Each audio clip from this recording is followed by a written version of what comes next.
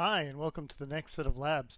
We're going to get started now with the day 2 labs, and we're going to do the first one, which in the workbook is on page, let's see, 22. It's auditing firewalls and routers and switches, and it's going to get us started using this tool called RAT.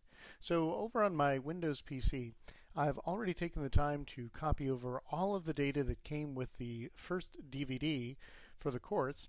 There were two. So this is the days 1 through 5 DVD. And I have my workbook open to page 22. And let's just follow along here and see what we have to do. The very first part, and I will go quickly, you will note if you look in the workbook that parts of the workbook are written in a normal face, and parts of the workbook are often written in bold. Now, the labs for today's material, the day 2 labs, were not actually written by me. So this doesn't always follow that convention, but all of the rest of the labs do. And what this means is that the stuff that is in sort of a normal font, that's just for your information. That's added detail, it's description. If you want the detail, it's there. However, if you're very comfortable with what you're doing, and you just want to go right to it and get to work, usually the bold text is the actual directions of things you must do for the lab to function. I do encourage you to take the time to actually read through the lab and think about what you're doing.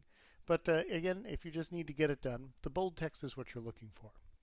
Now these pages don't have all of that, but I'm looking there on page 22 and it's got the instructions on getting RAT installed. So I'm not going to read all of these instructions to you, so some of it will go very quickly. So our first task here is to find the RAT tool. You'll find that in the Day 2 folder under Tools, and inside of there you'll find Router Audit Tool. So we'll simply run that installer and accept any options or windows that it gives us. And already this is taking us over to about page 23. So we're looking at clicking next on a few windows here, accepting the terms of the license agreement. Next, next. You can actually choose any option you'd like here. Any of the options will work fine for the lab. The differences are that the developer version will also include the Perl source code. RAT itself is written in Perl, so you're free to modify it and even look at the source code and see how it works. We're not going to get into that here, but with that knowledge, you could actually customize this tool to work with any router or switch device you have, even if you have a legacy device that nothing else supports. The custom version lets you pick particularly what you'd like installed. We'll stick with the basic version, which is what the lab would like, and finally click the install button. All right, so while that's going, I'm just going to look ahead at my workbook here. That actually has taken us through page 24, and on page 24 it actually lines up with this perfectly. It's giving me the option to show me the README file that comes with RAT. Now in the lab it does ask you to open up the README file and go ahead and leaf through it. So there it is. I'm not going to leaf through it at this point. There's nothing in particular we want you to see here. Instead, the point is that there are a lot of other things that you can do with RAT and ways that you can customize it. Things that we're not going to be getting into the class because we frankly just don't have the time. And also, we're going to be using it as an auditor rather than as an administrator. An administrator, he would definitely be interested in the ability that he has to customize the tool and get it to do some additional things. Okay, at this point we've got RAT installed and it's letting us know that we can go ahead and get it running. And to do that, step 2 that's there on page 25, if you simply go to your Start menu and under All Programs, you will now have a CIS menu.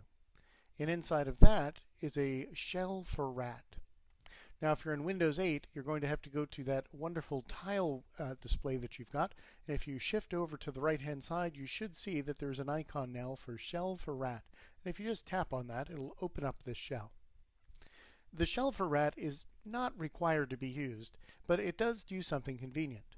You'll note that the path at which we're now sitting is in the RAT directory where RAT was installed. The reason that this is important is that RAT is not going to be in your path by default.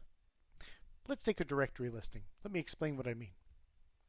In this directory listing, I can see some of the files that came with RAT, some PDF documentation and some questionnaires that were discussed in class, as well as some distribution and etc. or configuration files for RAT.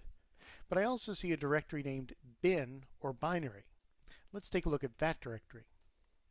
Inside of that directory, we actually find the rat tool. But right now, if I just type rat, it says it's not installed. Yet you watched me install it. So what's the problem? The problem is that what I just said, rat is not in your path by default. And certainly you could change that. If you wanted to change the path, you could go into the Start menu, right-click on your computer and choose Properties, and then under the Advanced System Settings, you have the opportunity to modify environment variables. So right down here, we could modify this path to include rat. I'm not going to do that because I'm only going to use rat for a little while today, and maybe not permanently on this computer. So I won't change that path. If I'm not going to change the path, then how can I run the tool? Well, there's two options.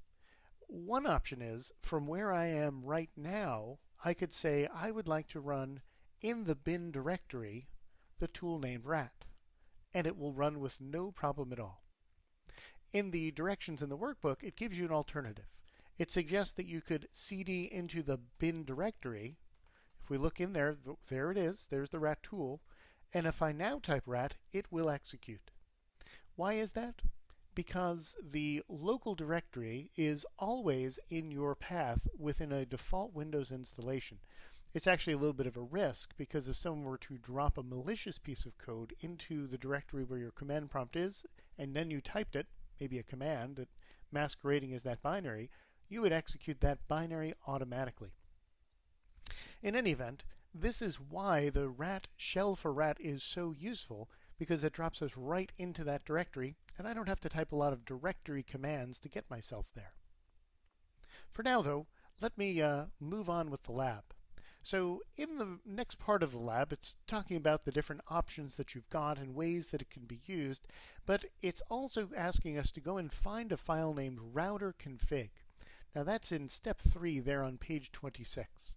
So I'm going to scoot that over and take a look back on my copy of the DVD. So inside of the tools directory, no. Inside of the day 2 directory, here it is. I actually see that we have two different router configs. We've got one called router config and another called another router config. Now, I'm going to do things a little bit differently than the lab, and you can do it exactly what the lab says. You can do what I'm doing, or you could choose to do it any other way you'd like to as well. I'm going to do it slightly differently because, well, it just makes a little bit more sense to me. I like to get all of my files contained in one spot. So I'm going to go to my C drive and create a new folder called class files, and I'm going to make a copy of those files. There it is. I'm going to make a copy of the router config and the another router config into that directory. So I'm going to just shift click on the, I'm going to control click on these two. Doesn't want to let me control click here. It keeps right clicking. I guess I can't do that with the Mac running VMware. So I'll copy them one at a time. I'm just going to drag that over. Now note it's saying it's going to move it there. I'm going to recommend you not just move it, but instead you want to hold down the different keys. It's usually the control key, and you'll see it change over to copy to class files. This way, if I make some mistake at some point, I can always come back and fix it. Now this is giving me an alert for some reason. Oh no, it's just letting me know it's copying. And then I'll grab the other file, and again I will control and drop. And we now have a copy of both of those files sitting in this directory. Okay, excellent. So with that done, I'm going to pull back up this command prompt, and I'm looking at my directions that appear there between pages 26 and 27. It says that once you've got it copied, you'd like to run rat against that configuration file. So to do that, I'll run rat, and all I need to do, you can see there are a lot of different options here, but up here, rat file name. That's all I need to do. Where is the file? Well, it's in my C drive, located in a directory called class files, and I've called it routerconfig.txt. Off it goes, and you'll see that within that directory it has now created some output. That's the report we're looking for, which is what it's starting to look at on page 28. Now, the naming of this is a little bit odd. You'll note that one of these files, if you can make it out, it's showing up with a little E there for Internet Explorer, because this is a web page. The report that it creates is actually an HTML report. Yet it seems to have a .txt extension. That could be a little bit misleading. The reason for that is that the original file name was routerconfig.txt, and all that RAT has done is created a new file named router.txt.html. But I can't just see that. If I instead go into the tools and my folder options, under my view, I can tell it to show me the file extensions. Here it is. Let me turn off the hide extensions for known file types and apply that. And now I can see the full name, and there it is, routerconfig.txt.html. So that's why it looks that way. But if I simply open that up, I now have the complete report for that particular router configuration.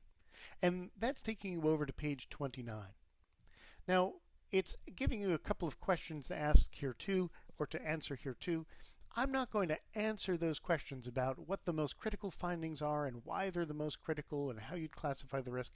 I'm not going to do that just now, but there are some suggested answers to this particular lab in the back of the workbook. So I'd encourage you to think about those questions and see what answers you come up with. The answers in the back of the workbook may or may not exactly match what you say. So rather than worrying about whether or not you got it right, instead you should think about what your rationale was for your answer.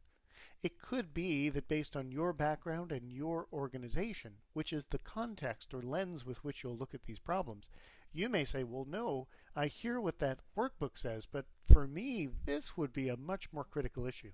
And that is absolutely fine, because that's the kind of reasoning, that's the kind of lens that you really need to develop in looking at your own organization. It's not a matter of simply saying it was acceptable or not acceptable. It's also reasoning out what the actual risk is to the business objectives of your organization, which ties us back to that material we covered in risk assessment during the first two lectures. Now, looking back at this HTML here, you'll see that it does give us scoring on the left-hand side, which can be used to determine how risky something is. But it also gives us links that we can click for all of these issues. So let me click on one of these. Oh, and it unfortunately is trying to take me to another file named rules, which I don't have in this directory. That rules file actually lives, I believe, over in the RAT directory. So I picked a bad choice there, or actually I may have set myself up for this by simply doing it from the wrong directory. So there's the rules file. I'm going to copy that into the class files directory. That way these links will work again. So let me click Enable Secret, and now it shows me here are the details for what Enable Secret is. It's got what the warning is, the reason why that matters, as well as what to do to fix the problem. So it's got a very brief description here. Now the information it gives you, it may be a little vague, or maybe a little too technical. Let me go back for a second. There is a second tool we're going to look at in just a few minutes, and that tool is going to make this analysis much, much easier and make your decision much easier to come to. Let me scroll down a little bit, though, and show you a few other things that you couldn't see in the slides in class. Down at the bottom, it gives you an overall score, but then after that, it actually gives you a script that could be executed, in other words, simply copied and pasted directly into an interface connected to the router to automatically repair all of these issues within the router. Now, no doubt you realize it's not a great idea to just slap this into a terminal and patch the router live, because that can lead to serious problems. However, if an administrator were using this tool to try to resolve some issues and wasn't sure exactly what to do to fix it, this script could be quite useful in figuring out what commands to type to make the appropriate changes. Well, I'm going to cut this recording off now, because that takes us down to the end of page 30, and our next recording will be how to use the Nipper lab.